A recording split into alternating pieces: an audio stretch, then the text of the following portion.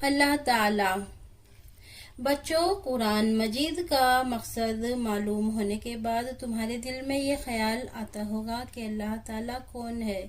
بچوں سنو، اس کی ذات کا سمجھنا تو عقل کا کام نہیں ہے۔ اللہ تعالیٰ نے اپنے متعلق قرآن میں فرمایا ہے، اللہ تعالیٰ ایک ہے اور وہی عبادت کے قابل ہے۔ اللہ تعالیٰ ایک ہے اور وہی عبادت کے قابل ہے، اس کی ذات میں اور اس کے کاموں میں کوئی شریک نہیں، نہ اس کی کوئی اولاد ہے نہ وہ کسی کی اولاد ہے۔ وہ آسمانوں اور زمینوں کا نور ہے، وہ ہمیشہ سے ہے اور ہمیشہ رہے گا۔ اس کو نہ نیند آتی ہے نہ اونگ۔ آسمانوں اور زمینوں میں جو کچھ ہے سب اسی نے پیدا کیا۔ بغیر اس کی مرضی کے کوئی اس کے سامنے کسی کی سفارش بھی نہیں کر سکتا ہے۔ جو کچھ ہونے والا ہے اور جو کچھ ہو چکا ہے سب اس کو معلوم ہے۔ آسمانوں اور زمینوں میں کوئی چیز ایسی نہیں جو اس کے علم میں نہ ہو۔ وہ اس کا انتظام کرنے سے تھکتا نہیں۔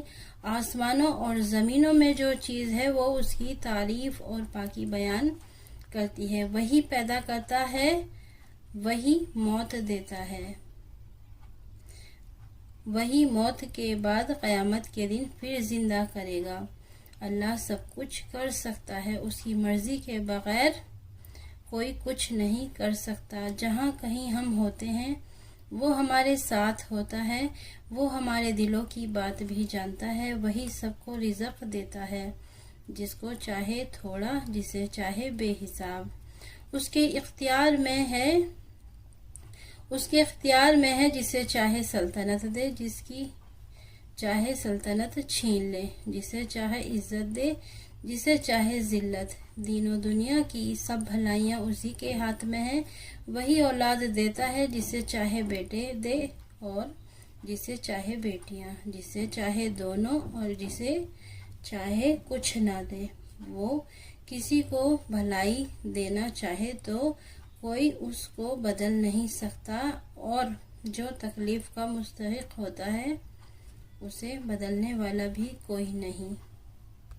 اسی نے آسمان، سورج، چاند، تارے، زمین اور ان کے درمیان جو کچھ ہے سب کو ہماری خدمت پر لگا دیا ہے۔ اسی نے ہماری اچھی اچھی صورتیں بنا دی۔ اس نے ہم کو اس لیے پیدا کیا ہے کہ اس کی عبادت اور فرما برداری کریں۔ اس نے